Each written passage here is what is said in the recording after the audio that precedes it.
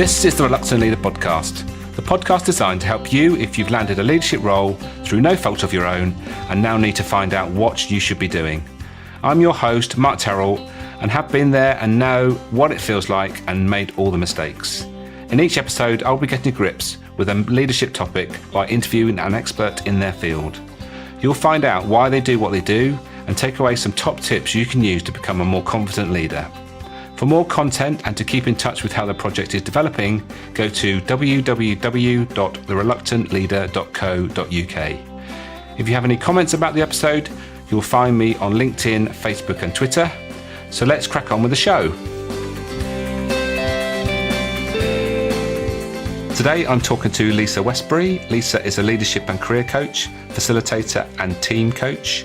She works with high potential women, career shifters, emerging leaders and teams across a wide range of creative and purpose-led sectors, from the media and growing businesses to the arts and not-for-profit. At the heart of her work is a desire to help others make a difference and do great work in the world. She helps leaders to be clear and grounded in what's important to them and more adaptable in how they respond to others and change. She supports teams to reach their potential by helping them to draw on their collective intelligence and by building their relationship skills. I hope you enjoy this chat we had about leading change, and I'll catch you all on the other side.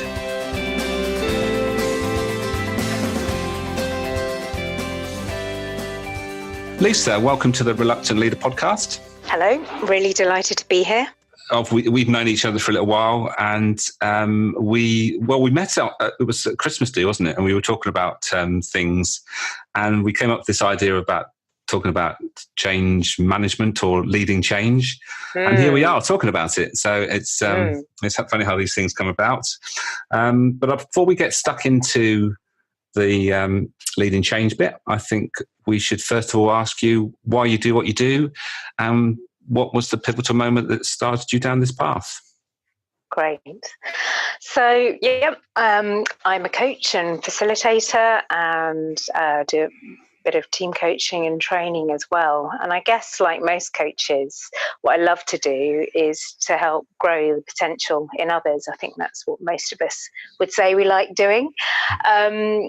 But for me, it's specifically around helping people who want to make a difference in the world to do things better, to help people, even if it is actually just to do business in a better way. Those are the people that I really love to help and the teams that I really love to help.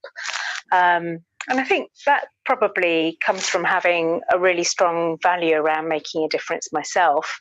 And as I discovered with my motivational map that you first introduced me to, that's a really important driver for me too. So I guess I get to have my cake and eat it in doing the work that I love. And I think the pivotal moment for me was when I was working in central government. I'd actually, through sort of having those sorts of strong values, I'd found myself working in government for about 12 years, and specifically around staff engagement, change communications, organisational change. And I suppose I've been around the block quite a few times on those sorts of issues. There certainly was a lot of change going on in government at the time. I just sort of reached this point where it was starting to feel like Groundhog Day. I was doing the same things. I didn't feel like I was making a difference anymore. I'd actually had a couple of sort of personal tragedies, I suppose, are sort of parts of life. Two deaths in my family, very close to me. And I'd had a little girl by that point as well. I was just starting to think, this isn't worth it anymore. I'm commuting 4 hours a day. I'm working really, really hard and long hours. I need to make a change myself. And I was talking to somebody in my team who is a part-time coach, part-time communicator. And it really strongly came to me that actually what I wanted to do was to become a coach. And she very sweetly gave me some recommendations of courses that I might enjoy. And I just went on one of those taster weekends, and that was it. I couldn't stop smiling. I knew I'd found what I really loved to do, and I knew that that's what I had been enjoying, that kind of coaching and helping my team. And that's what I needed to get away and start doing as soon as I could. So that was it for me. Retrained, spent years retraining and trying to get to a point where I felt like I could really offer a really high quality professional service, but I've never looked back. Excellent. So you were sort of, like some of us, nudged in a direction, but also realised that it was the right thing eventually. And it takes sometimes a little while, doesn't it, for the penny to drop, that we need to make some changes.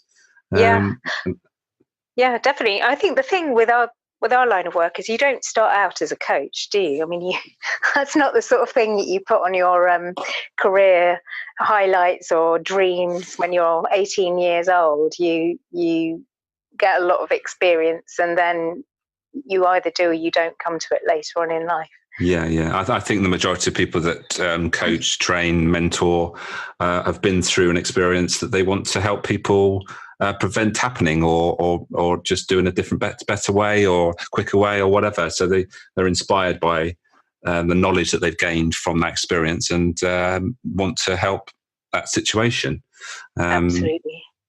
Good, excellent. So now we know more about you, and what we're going to talk about today. We're going to be talking about leading change. And I think the first thing we should talk about is the reasons for change. And obviously those things can be, can be lots of different reasons, can't there? Yeah, I mean, I think in my mind, there are two sort of key buckets around change, how change can happen. And I'm sure there's a lot of sort of gradations in between, but I think essentially there are the changes that you yearn for or you want and you're engaged in, the ones that you've planned for perhaps, the ones that really sort of meet with your own values and the hopes that you have. And then there are those that don't. There are those that are imposed upon you, that happen as a result of a crisis or some kind of external event, which creates a need for change, which might not be something that you want at all, and you might not be prepared for it, and it might come and like slap you around the face like a wet fish, really. And I think, there can be a lot of fear in both camps, actually, around change, because change is not one of the things that we as humans tend to love, not many of us anyway. But it's a lot more difficult to lead change when it's that second category of things that happen that you need to respond to and sort out. And those sort of things can be vary in degree from technological changes that have to come along. Well, they don't have to come along; they just they come along, don't they? And also there's demands from customers, clients, or whoever you're servicing, and you need to adjust to that. And obviously, also we've got to bear in mind, the competition that comes along. Wherever we are, there's other people that are going to come and take our clients or whatever it is that, again, we need to adapt and make sure that we can change to accommodate that. Yeah.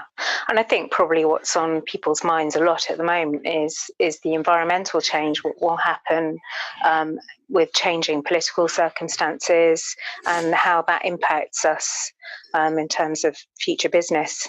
So that's something we're all grappling with at the moment, and so much uncertainty and confusion around exactly what the picture will look like. Yeah, and the political situation at the moment, with Brexit, we know how people react to that. People do not like. Firstly, they don't like change, and secondly, they don't like uncertainty, and that's. I think that's the biggest thing about change, isn't it? It's uncertainty that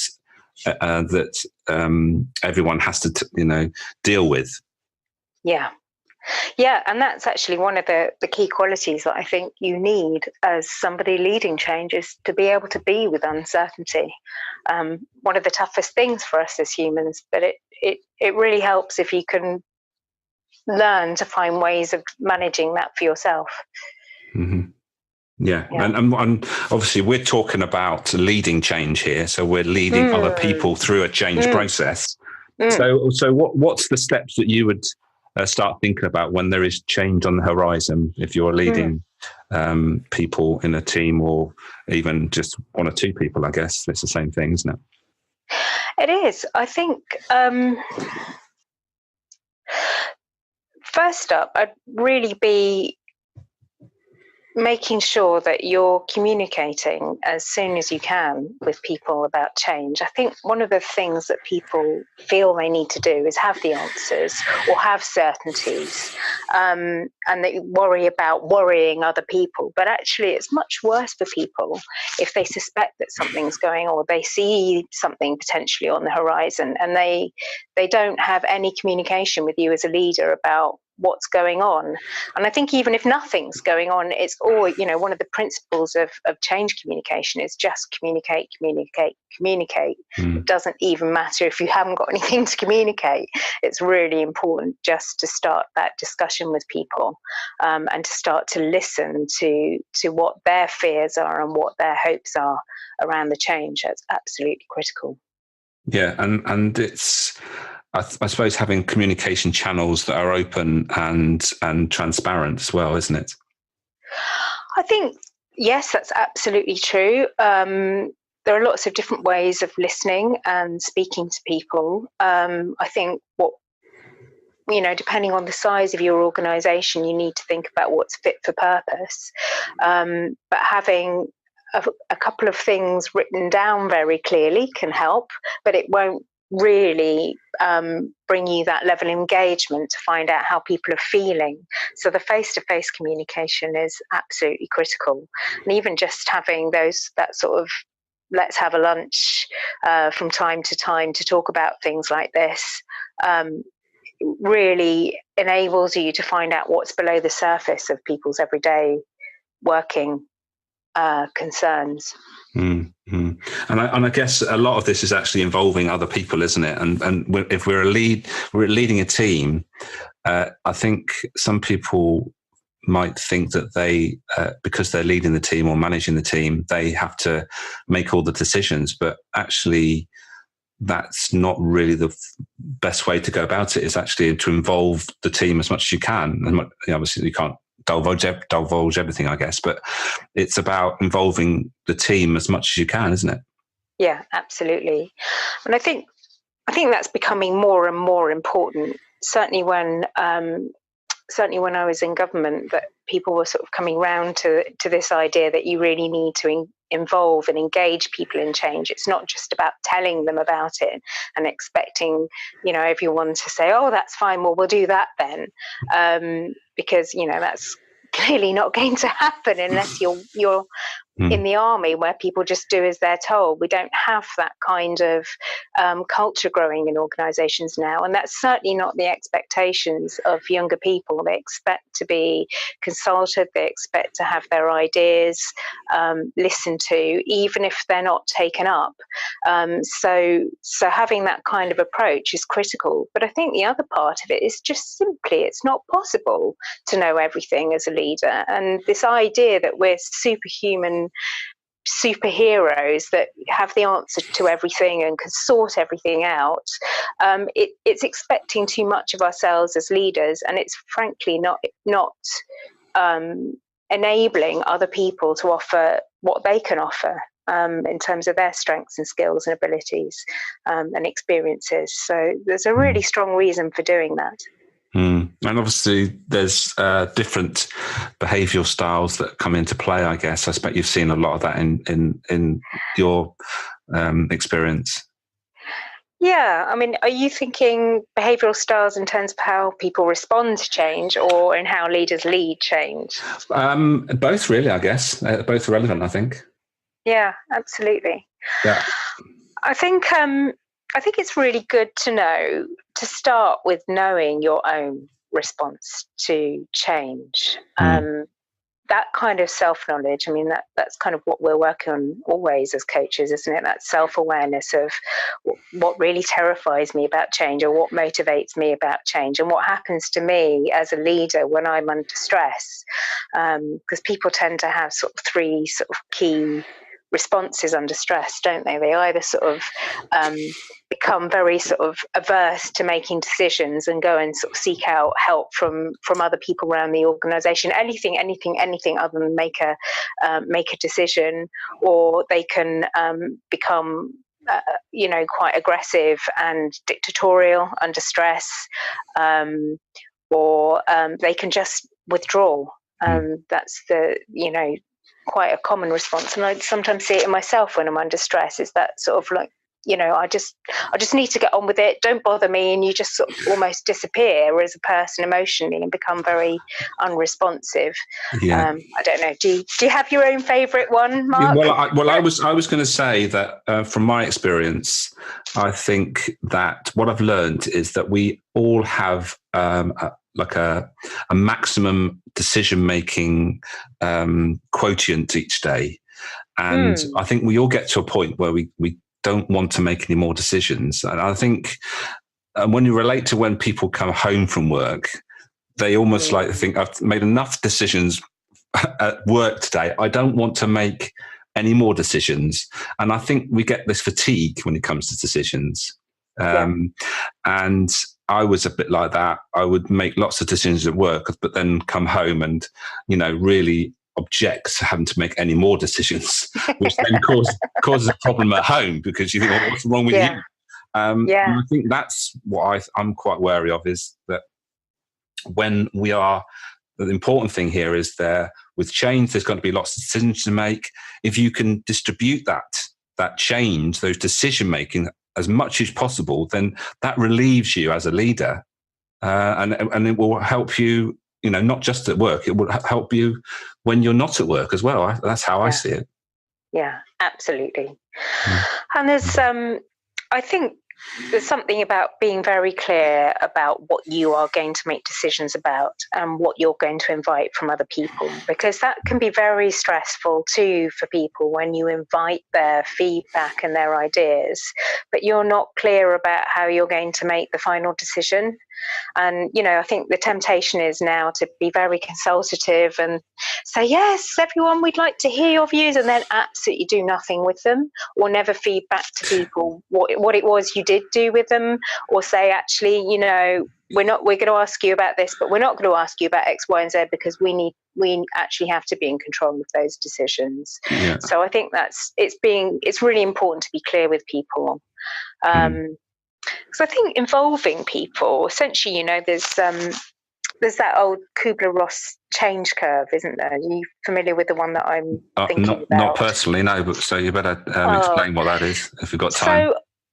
So it's like a classic change curve, which you can just look it up on the internet. And this is the classic response that people are supposed to have during any major change that I think is really sort of imposed at work or comes into work.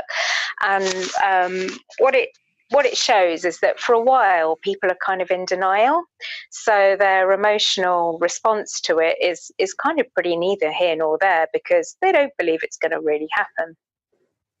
And then as it slowly dawns on people that actually, yes, it is going to happen, their emotional state takes a bit of a nosedive. They may experience anger, resentment, resistance, and then over time, increasing fear, vulnerability, and then the curve takes a bit of a nosedive right back down into sort of a bad place, and that is where people can go, and some people can spend quite a lot of time there. And if you've got that happening for a long period of time, then you can imagine what that must be like inside an organisation. Your sort of atmosphere is in a pretty bad state, and I've certainly been in organisations when that's happened. And during that time, you really have to be there listening to people's concerns and giving people as much information actually as what they need at that point, and empathy and consideration. But but trying to get them involved in decisions may not be where they're ready to be actually at that point. It's it's when people start to sort of see that there might be a future, and you can start to engage them in what better would look like or good would look like, that they start to get back some sense of control and wanting to be involved and engaged in how that change happens. And then as you start to do that, then once people feel a bit more certain about their position, how they can be involved in the change, then morale starts to creep up again, and people will either feel more positive about the organisation, or they will leave it if they don't like the direction it's taking. Yeah. And I guess communicating the reason for the change, and also making sure that it's clear why not changing is not an option, because that there's a threat of not changing, isn't there? And making sure that that's clear, and that staying the same isn't an option because X, Y, and Z. We now know that we have to change, and this is where we want to be. It's being clear about what the current situation is, why the change is needed, how it's going to happen, and what we want the outcome to be. And it's being clear about what the outcome is, so that then you can get people's input. If people aren't understanding what the outcome is or what we're actually moving towards, then it's very difficult for people to actually get involved and make, have a contribution. Yeah, exactly. I think that you've really pointed to one of the, the key traits that we hear about leaders needing to be able to give a clear vision for the future. And I think, at some level, people can contribute to that vision as well. When I was in the Home Office, one of the hardest things that happened to us in that organisation was we had a Home Secretary who came in and said that the organisation was not fit for purpose. Well, you can imagine how 30,000 civil servants who thought they were making a difference felt about that at the time. But, he had some very clear reasons for doing that. And he clearly wanted to, to actually make it clear that it wasn't acceptable how things were being run at the time. But one of the things that the board did at that point, after communicating why we had to change, and that there was a task force put in place to help make that happen, was what they kind of said to staff was, well, what's the ambition that you as staff want to have in restoring our reputation? So they then asked staff to help develop a sort of ambition for the organisation, and because they involved them in that ambition, it was an ambition that was resonant. And that people could get behind, and that became a hugely positive force in getting some positive common purpose, I suppose, for making change happen. Right. So that can make a big difference as well. You can involve people in that level of visioning. Yeah, and I guess as you start down the process, it's important to recognise when milestones have been met, that you are making progress as well. Yeah. Oh, yeah, absolutely.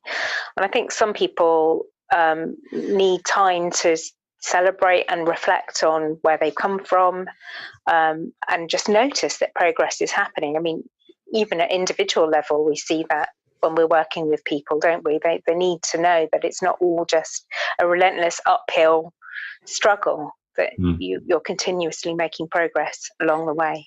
Definitely. Yeah, and I suppose it's not typical. I mean, you mentioned the Home Office with 30,000 people. That's that's a massive change affecting a massive amount of people. Yeah. But if we bring it back down to a small organisation that maybe only be a handful of people, it's probably easier to communicate, maybe. But it's still the same principles, isn't it? It's about making sure that you are not taking anything for granted, making sure you're communicating, making sure that you're always coming back to the fact that we know why we're doing this.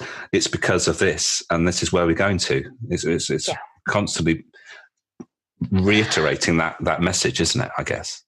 Absolutely. And I don't think it, as you say, I don't think it really matters whether it's 30,000 or 5 people in an organisation. We all need that communication. We all need to be listened to and heard, and we all want our position to be considered in any change. And I think there's quite a helpful way of thinking about change, both from an individual point of view and from a sort of staff point of view, in thinking about how changes do succeed. There's this idea that change is a bit like going over an edge. You know, if you think of it being a bit like a sort of mountain or a hillside, on this side of the apex, there's what's known. It might be really uncomfortable and horrible, but you know it and it's safe. And on the other side of the mountain is what's unknown. And for some people, just not knowing is awful and horrendous. And they're just going to stay right where they are. We call those people the tradition holders because, you know, we've got traditions and they're good, and we need to stick with them. Why would we possibly go over that mountain? It's perfectly good where we are. And then there are, of course, the people who really love change. And I don't know if you've got any figures on it, but I'm not sure that they're the majority. But there are some people who give them a change and they'll be like, right, yep, let's go over the other side. Let's see what it's like. I'm all for it. This is exciting. And off they go. And then there are the people who are a bit more circumspect, in the middle, who might be prepared to be a bit of a path builder. So if you convince them it's worth going for that change or that it's really needed, they'll do a bit of an assessment and then they'll think about how they can make the road over the mountain. And they may even bring some of your tradition holders with you, and they'll strength test it and they'll make sure that all the plans are in place. And, you know, they are the road builders for change. And even in an organisation of 5 people, I bet you'll find a spread of traditionists, path builders and leapers. And you can probably recognise where those leapers usually are, even from your own experience. Yeah, well, what I seem to see is that people join organisations for a particular reason, and they're a particular type of person, motivated in a particular way. And as we know, that certain people are motivated by change. They like change. And we also know that people are also motivated to stay the same. And it's not those people don't want to change, it's that they take more convincing. And they've taken that, decision to stay with that organisation, probably because they see it as a safe place to be. So they are probably they're not going to embrace change quite so much, because the reason why they joined that organisation was because they could see it was going to be fairly stable. And when change comes along, they're going to think, oh my God, this is not what I expected. Whereas someone that's maybe joined an organisation because it's a startup, it's exciting and it's all changing, then they will almost be expecting it to change. So they would be a lot easier to manage. And they would be almost like embracing it. Oh yes, it's more change, and that's fine by us. But it really comes back to the point of why somebody joined their organisation and their mindset as to, am I here for change, or am I here because I want stable, secure, predictable future? However long that future might be, future, in today's times is only sort of maybe 2 or 3 years, whereas, going back in time, it used to be, 20 to 30 years. But, times are changing. And the one thing that we can be assured of is that there's going to be change. And it's just how we embrace it, isn't it? I guess. Yeah, definitely. And I think you can't always predict for yourself what your own position is going to be. It depends on where it hits you sort of emotionally, because we're all emotional creatures, aren't we? Sometimes you might find that actually you can really see a good reason for the change and you're totally up for it, and other times you're really not. So it's being able to sort of assess where people are and not make them wrong, because that's that is their experience, and there's always a value or a strength in that experience. There's always something to learn from those people that they can offer you. You know, if somebody's sort of steadfastly standing where they are, why is it? What is it they hold? What kind of experience do they hold in that organisation? Perhaps they've been there for 10 years and they've tried a few things that haven't worked, and, you know, familiar with those sorts of voices, or, you know, been there before. But, you know, what's the value in that? Could they test things out for you? Could they be the ones who, you know, really strength test things? You know, what could they do for you, those people, or what do they need to hear to be convinced? It's always worth asking them, and not just feeling frustrated by them.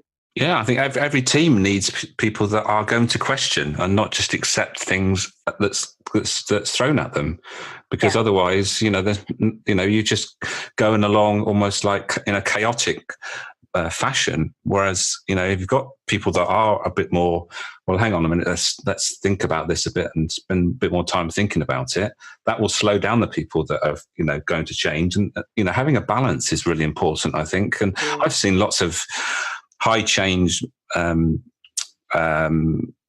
high growth teams that really need somebody there just to make them think a bit. And, you know, sometimes it's my role as a coach just to say, well, hang on a minute, I think you might want to think a bit more about this before you start down that path. So exactly. I think it's really important to embrace everyone's point of view and get their point of view, and not disregard anybody, because it's a big mistake, I think. Yeah, exactly. I think if you can view it as useful, if you can find a way of making it useful, then you'll be using that kind of collective intelligence of your team.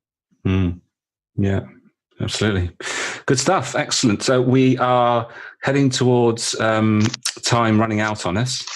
So I think it's a good time now just to sum up in maybe some 3 top tips we can leave our listeners with if they are in the middle of, or maybe even heading towards some change. What would you see were the top 3 things that people should be taking into account? I think first up, really know how you respond to change yourself, and in particular this change, because if you're going to lead it with integrity, which is what your staff want from you, then you're going to need to first up take care of yourself and your own needs, and know how you can find something in the change that you can believe in and talk to people about, and do that really authentically. Also know where you need support, and what helps you to maintain resilience, because most changes are pretty tough on people. And if you're the leader, then you need to look after yourself so you can really help take care of other people as well. So that would be my first tip. The second would be really know where your people are at, and do not make any assumptions about where that is, and really speak to them like we've been talking about, engage them in the change and find out how they're feeling about it. And the third would be to work with all the different types of people that you have in your organisation in the way that they can be most useful and contribute to the change, as we've been talking about. I think it's know that the leapers and the change-friendly people have their strengths, and also they can miss a lot. That the path builders, the people that can really help to make change happen effectively, again, have their strengths, and they can also lose motivation. And to really listen to those tradition holders and what value they can bring in helping to make a change effective, and not sort of get caught out by the problems that you might do if you sort of skip along gaily expecting it all to work. Those would be my 3 top tips. Brilliant stuff. It was something I meant to mention, actually, that I picked up when I was Googling the subject, and it's a simple thing to remember, actually. It's consider your passengers. And I think as a leader, you know, consider everybody that's in the bus with you, and make sure you're taking everybody into account, which is probably what you've just said in 3 top tips, really. So thank you very much for your time today, Lisa. It's been great. I've really enjoyed it. Hopefully we'll get a chance again to talk about maybe another subject at some point. But for That'd now, be great. yeah. So for now, we'll say goodbye and see you again soon. Thanks, Mark. Really enjoyed it. Take care.